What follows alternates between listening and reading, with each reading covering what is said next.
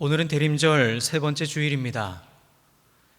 대림절은 오신 예수님을 기억하며 또한 다시 오실 예수님을 기다리는 절기입니다.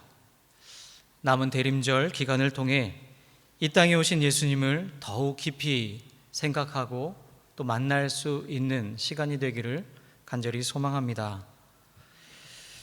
오늘 특별히 우리 순천중앙교회 1, 2, 3부 주일 예배는 특별하게 진행이 됩니다. 굳이 제가 한번 이름을 붙여 보았는데요, 3인 1색, 3명의 설교자가 같은 본문과 같은 제목으로 설교를 준비하였습니다. 그런데 아마도 3인 1색이 아니라 3인 3색이 될 것입니다. 이미 앞선 1부에서 우리 오정준 목사님 말씀을 전해주셨는데 제가 들어보니까 제가 준비한 것과 달랐습니다. 어떤 포커스가 다르다는 거죠. 제가 틀린 말씀이 아니라 다른 말씀이었습니다.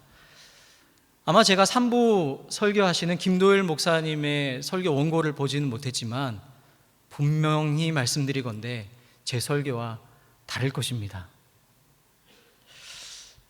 이렇게 서로 다른 세 편의 설교를 함께 들으면서 오늘 말씀의 제목과 같이 비밀로 감추어져 있는 그 하나님의 나라, 어떻게 보면 우리가 결코 다 알 수 없는 그 하나님 나라의 한 부분이라도, 일부분이라도 그 다양한 모습을 우리가 맛볼 수 있다면 얼마나 참 좋겠습니까? 그런 기대하는 마음으로 이 시간에도 여러분 마음을 열고 한번 설교를 경청하시면 좋겠습니다. 그리고 가능하시면 1, 2, 3부 예배 다 참여하시면 좋겠지만 어려우신 분들은 인터넷에 올라오는 설교 방송을 한번 통해서 말씀을 한번 곱씹어 보시면 좋겠다 생각이 듭니다. 오늘 본문은 성서 정과에 따라서 구약에서는 이사야 35장 1절에서 10절, 그리고 신약에서는 야고보서 5장 7절에서 11절 말씀을 함께 보았습니다. 이사야 35장은 바벨론 포로 귀환을 배경으로 하고 있습니다. 남유다는 기원전 587년에 그 당시에 가장 강력한 힘을 가지고 있던 바벨론에 의해 멸망을 당했습니다. 예루살렘 성은 함락이 되었고 예루살렘 성전은 파괴가 되었습니다. 그리고 나라를 잃은 유다 백성들은 바벨론의 포로로 잡혀갔습니다. 그리고 그로부터 50년 정도가 지난 후 구약 성경에서는 바사라고 기록이 되고 있는 페르시아, 그 나라가 바벨론을 무너뜨리고 그 근동 지역의 패권을 장악하게 되었습니다. 이 페르시아의 고레스 왕은 바벨론과는 다른 정책을 펼치게 됩니다. 점령한 나라들의 그 또 민족들의 고유한 그런 민족성 그리고 종교를 인정해주는 이른바 유화 정책을 펼치게 됩니다. 이게 유대인들에게 똑같이 적용이 되었습니다. 그리고 나라를 잃고 바벨론의 포로로 잡혀와 있던 이 유대인들에게 이제 너희들의 고향으로 돌아가도 괜찮다, 고향으로 돌아갈 수 있다라는 그런 기쁜 소식이 이 고레스 왕을 통해서 전해지게도 되었습니다. 여러분, 그렇다면 이 고레스 왕의 유화 정책에 힘입어서 유대인들이 모두 자기들이 포로로 사로잡혀와 있는 바벨론을 떠나서 고향인 예루살렘으로 돌아가기를 원했겠습니까? 어땠을 거라고 생각이 드십니까? 사실 지금 그 당시에 바벨론에 살고 있는 이 유대인들은 대부분 포로 2세나 3세들입니다. 예루살렘을 생생하게 기억하고 있던 포로 1세대들은 대부분 아마 세상을 떠났을 때일 것입니다. 포로 2세, 포로 3세들은 바벨론의 삶이 훨씬 더 익숙하지 않았겠습니까? 그들이 태어난 곳이 바벨론이고 그들의 삶의 터전, 지금까지 살아온 삶의 터전이 바벨론입니다. 예루살렘에 대해서 들은 것은 그들의 부모 세대로부터 그저 전해 들어온 것 외에는 없습니다. 그리고 사실 그들은 바벨론 사람들과 별로 다르지 않은, 어쩌면 바벨론 사람들과 똑같은 생활을 했을 것입니다. 만약에 예루살렘에 그 선조들이, 또 부모님의 세대들이 남겨놓은 유산이라도 좀 있거나, 아니면 그들이 가서 생계를 충분히 이어갈 수 있는 어떤 그런 기반이 마련되어 있었다면, 조상들이 그래도 대대로 살아온 역사가 있는 땅이니 예루살렘으로 가는 것도 한번 고려해 볼 만합니다. 하지만 예루살렘은 그렇지가 않았습니다. 철저히 파괴되었고 폐허가 된 도시였습니다. 비록 부모님의 고향, 선조들의 땅, 선조들의 역사와 얼이 있는 곳이라고 하더라도 살 수가 없는 곳인데 어떻게 그곳을 쉽게 간다고 결정하며 선택할 수 있겠습니까? 안정적인 현실을 버리고 예루살렘으로 간다는 것, 사실은 맨 땅에 헤딩하는 것과 같은 일입니다. 그런데 바로 이러한 상황에서 하나님은 이사야 선지자를 통해 말씀하십니다. 오늘 35장 3절과 4절의 말씀입니다. 너희는 약한 손을 강하게 하며 떨리는 무릎을 굳게 하며 겁내는 자들에게 이르기를 굳세어라, 두려워하지 말라. 보라, 너희 하나님이 오사 보복하시며 갚아주실 것이라. 하나님이 오사 너희를 구하시리라 하라. 당시 유다 사람들은 여러 가지 상황으로 인해 두려움에 쌓여 있었습니다. 전능하신 하나님에 대한 절대적인 신뢰가 약해져 있을 때입니다. 왜냐하면 당시에 어떤 나라들 사이에, 민족들 사이에 싸움이나 전쟁은 그들이 믿는 신들의 전쟁으로 여겨졌습니다. 즉, 바벨론이 유대를 이기고 점령했다는 것은 바벨론이 믿는 신이 유대인들이 믿는 신보다 더 강하다는 것을 의미하는 것이었습니다. 그러니 하나님에 대한 믿음이 약해질 수밖에 없지 않았겠습니까? 우리 하나님, 전능하신 하나님이라 들었지만 실제로는 바벨론에 의해서 졌다라는 것이죠. 또한 나라를 잃고 바벨론의 포로로 사로잡혀 갔을 때도 그들에게는 두려움으로 가득했을 것입니다. 미지의 땅으로 사로잡혀 가는데 과연 누가 두렵지 않은 사람이 있겠습니까? 그런데 또 그렇게 강해 보이던 바벨론이 페르시아의 고레스에 의해 또 망했습니다. 이렇게 세상이 급하게 뜻하지 않게 변화하고 있다라는 사실을 보게 됩니다. 변화라는 것, 이 변화라는 것은 늘 두려움과 함께 찾아오게 됩니다. 시대가 변하여 고향으로 돌아갈 수 있는 기회가 생겼지만 여전히 그들은 두렵기만 합니다. 이 땅에 그대로 남아 있어도 앞으로 어떠한 삶이 펼쳐질지 염려가 되어서 두렵고, 그렇다고 다시 예루살렘으로 돌아가는 것도 두렵습니다. 예루살렘에 가도 미래가 불투명하기 때문입니다. 생각해보면 우리의 삶도 마찬가지 아니겠습니까? 우리 모두는 두려움을 가지고 있습니다. 너무나 평안하고 다른 사람 보기에도, 그리고 내가 생각하기에도 참 안정적인 삶을 사는 사람이 있지만 그들도 언제 갑자기 지금 내가 누리고 있는 이 평안이 깨어지지는 않을는지, 또 예상하지 못하는 어려움이 다가오지는 않을까 하는 이러한 두려움이 있습니다. 하루하루 사는 것이 너무나 힘든 사람들도 있습니다. 그들은 이 어려움이 도대체 언제까지 계속될 것인지 알 수 없기에 여전히 그들의 삶은 두려움의 연속입니다. 그렇게 보면 정도의 차이는 있겠지만 모든 사람들이 저마다의 두려움 속에 지내고 있다고 볼 수 있습니다. 미래에 대한 막연함, 그리고 미래에 대한 불안감, 늘 우리를 두렵게 하고 불안을 가지게 합니다.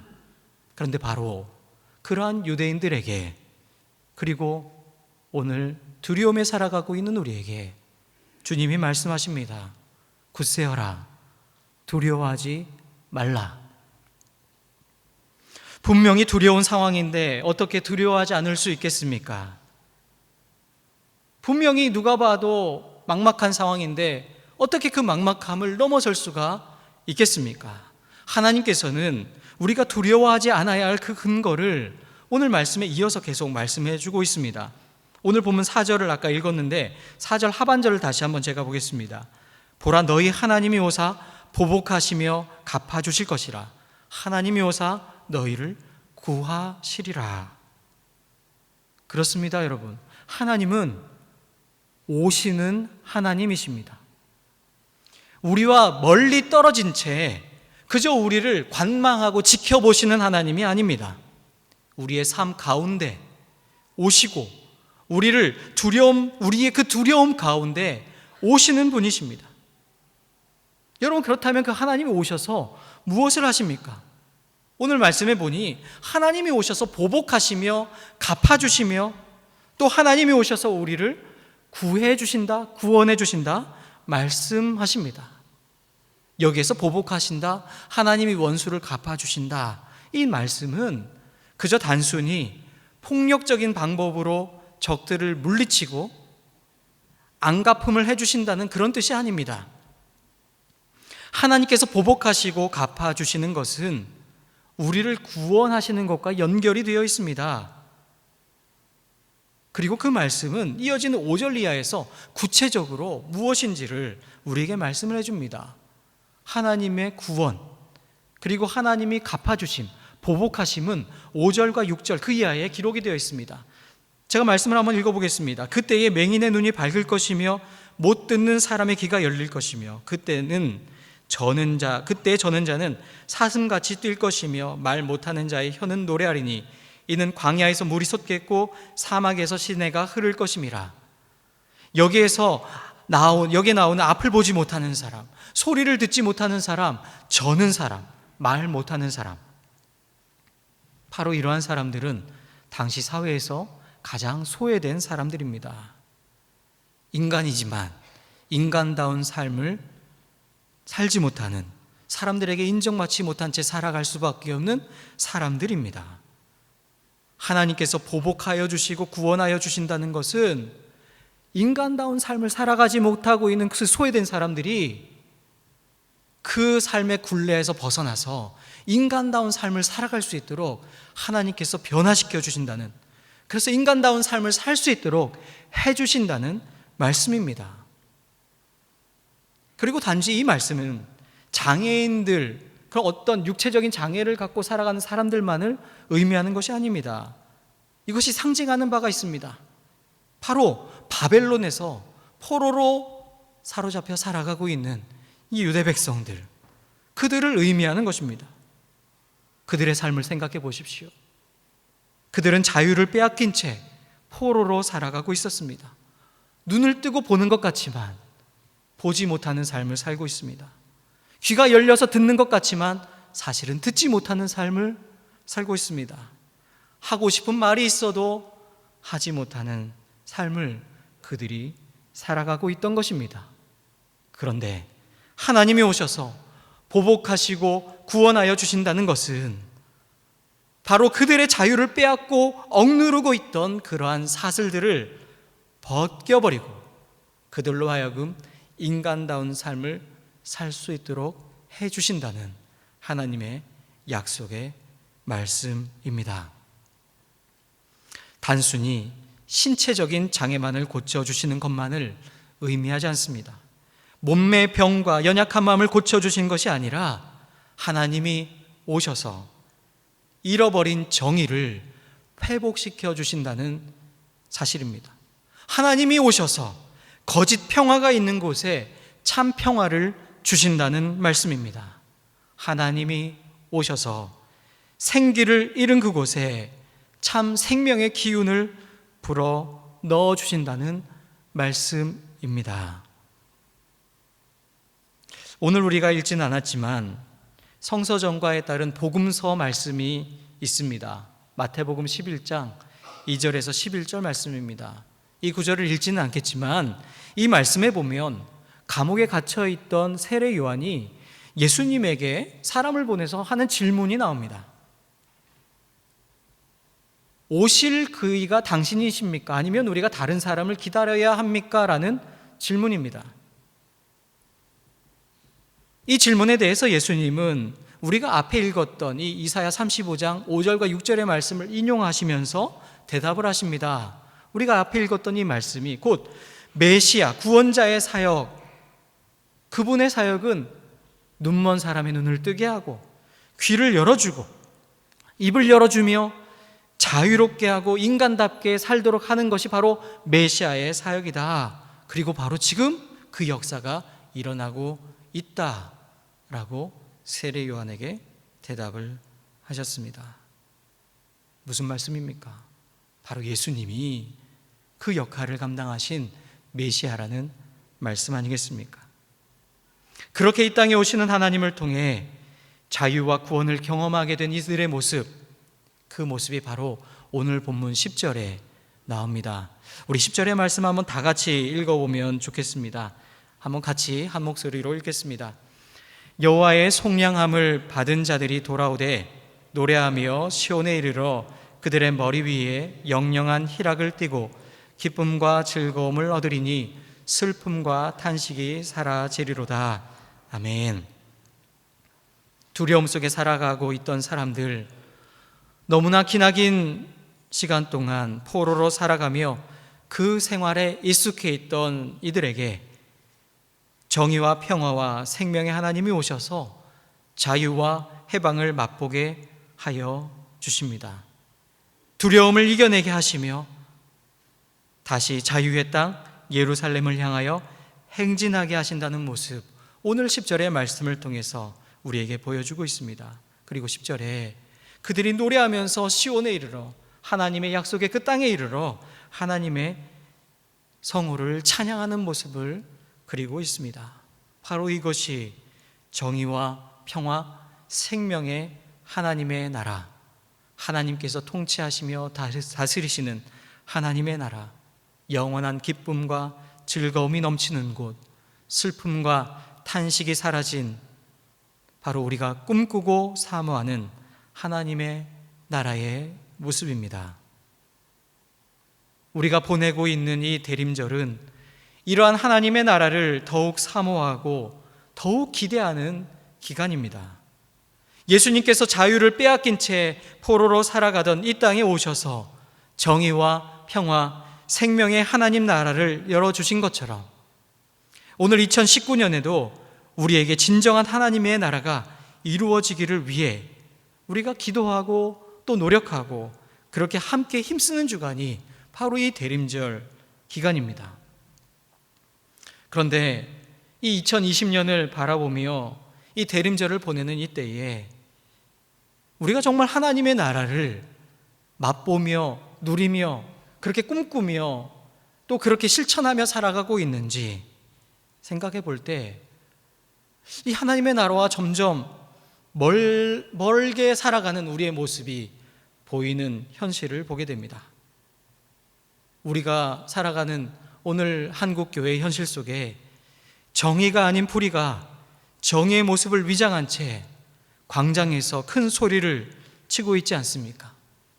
모두 다 입으로는 평화를 이야기하고 사랑을 이야기하지만 실제로는 싸움과 분쟁과 분열을 부추기면서 그리고 다른 사람을 혐오하면서 그러한 모순된 하는 말과 행동이 다른 그런 일을 우리가 행하고 있지는 않습니까?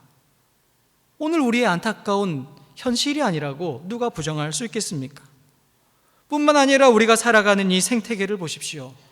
우리 인간들의 무분별한 개발과 인간의 이기적인 탐욕으로 인해서 생태계가 오염되고 파괴되어 정말 이제 더 이상 이 생태가 지속 가능한 것인지라는 큰 위기에 그 염려 속에 우리가 살아가고 있습니다.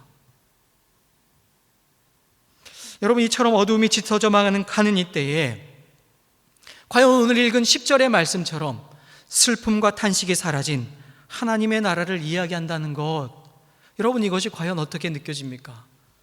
저는 생각해 보면 이 이야기들이 마치 허공을 울리다가 그냥 한순간에 사라져버리는 메아리처럼 굉장히 공허하게 느껴질 때가 참 많습니다. 더군다나 오늘 함께 읽은 야고보서 5장의 말씀에 보면 주님의 강림이 가까우니 귀리 참고 마음을 굳건하게 하라고 말씀합니다. 욥과 같이 인내하고는 자가 참으로 복된 자라고 말씀하십니다. 틀린 말이 아닙니다. 참 맞습니다. 끝까지 인내하는 것 분명히 우리에게 필요합니다. 하나님의 나라는 인내 속에 이루어진다고 믿습니다. 그런데 계속 이런 어두움이 짙어져 가는 이때에 인내하라 참으라는 이 말씀 들으면 이러한 질문들이 생깁니다. 악이 득세한 세상에서 인내를 하라는 것, 희망 고문과 같은 것 아닙니까? 어떻게 해야 이 악이 득세한 세상에서 정말 하나님의 그 나라, 정의와 평화, 생명이 살아 숨쉬는 하나님의 나라를 누릴 수 있고 정말 그것을 우리의 삶 가운데 이룰 수 있겠습니까? 그리고 주님, 우리가 도대체 언제까지 인내하고 참아야 합니까? 라는 질문들이 계속 생겨나는 것입니다. 슬픔과 탄식이 없는 하나님의 나라를 꿈꾸면서도 여전히 슬픔과 탄식 속에 살아가고 있는 우리의 같은 고민이 아닐까 싶습니다. 지난 금요일에 우리 교역자들이 목포에서 일하시는 한 집사님 사업장을 신방을 했습니다. 오래전부터, 한 3년 전부터 이분이 신방을 요청하셨는데 그동안 계속 가지 못하다가 이제 더 이상 미룰 수가 없어서 또 시간이 마침 되어서 함께 집사님 일터를 신방하고 함께 기도하고 교제를 갖는 시간을 가졌습니다.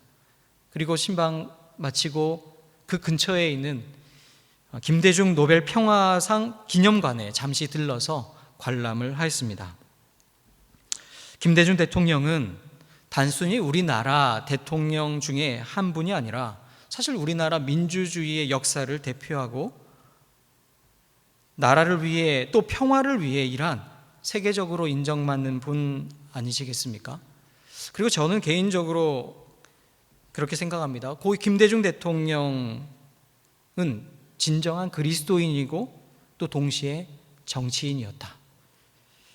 그래서 그리스도인이자 정치인으로서 가장 모범적인 분이 바로 김대중 대통령이라 저는 그렇게 생각합니다. 그래서 짧은 시간이지만 그분의 삶을 다시 생각해 볼 수 있는 시간을 가졌습니다. 그렇게 둘러보던 중에 2층 전시실에 적혀 있는 한 글귀가 눈에 들어왔습니다. 이렇게 쓰여 있었습니다. 나를 공산주의자라 지역감정주의자라 매도했던 사람들이 언젠가는 부끄러워할 날이 올 것이다. 사실 이 글은 자신을 평생 괴롭혀왔고 심지어 죽이려고 했던 사람들을 용서하면서 남긴 글입니다. 저는 그 문장을 보면서 계속 생각했습니다. 김대중 대통령께서 마치 하나님의 나라를 기다리는 것 같구나라는 생각이 들었습니다.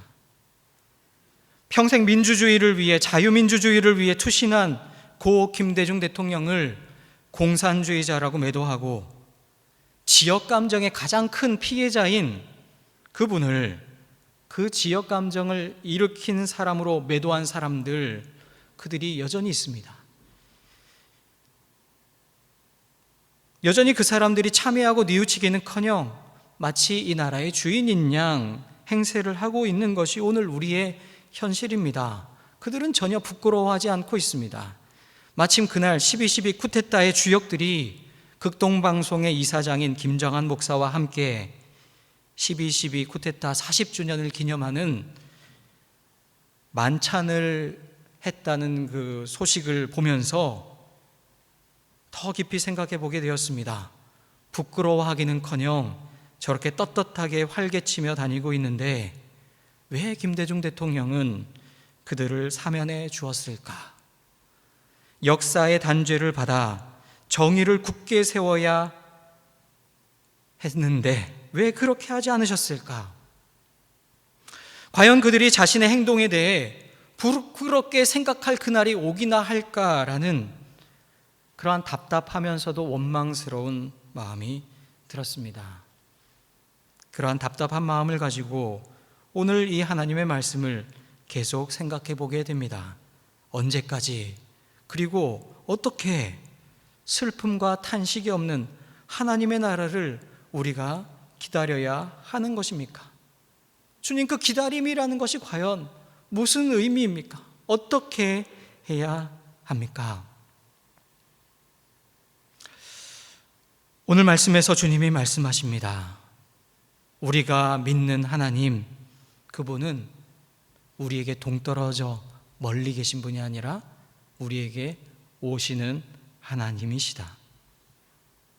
하나님은 슬픔과 탄식이 사라질 것을 말씀하십니다. 그런데 슬픔과 탄식을 그냥 다 없애버리겠다고 말씀하시는 것이 아닙니다. 하나님이 슬픔과 탄식을 사라지게 하시겠다는 것은 슬픔과 탄식의 자리에 하나님이 오시겠다는 말씀입니다. 하나님이 그곳에 오셔서 그 슬픔과 탄식을 이길 수 있게 해 주신다는 말씀입니다. 즉, 하나님은 그 고통 속에 있는 사람들과 두려움 속에 있는 사람들과 여전히 하나님의 나라를 기다리는 사람들과 함께 하시는, 우리와 함께 하시는 임마누엘의 하나님이십니다. 그것이 바로 하나님이 우리와 함께 하시는, 하나님께서 역사하시는 방법이십니다. 그리고 임마누엘 하나님은 우리에게 오셔서 우리와 함께 하시며 우리도 또한 하나님과 함께 하기를 요구하고 계십니다. 하나님의 나라를 기다리라는 말씀은 그냥 우리의 손을 다 놓고 하늘만 쳐다보라는 말씀이 아닙니다.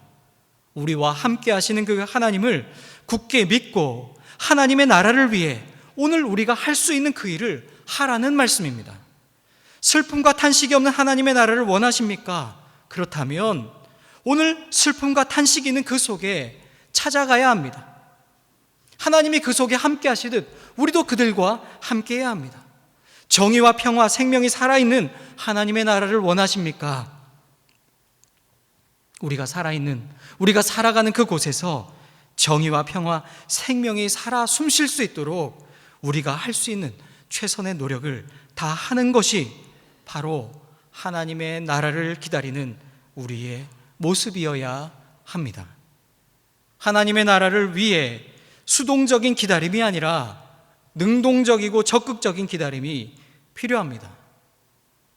바로 그 일에 하나님이 우리를 초대하십니다. 그리고 하나님이 우리와 함께하여 주십니다.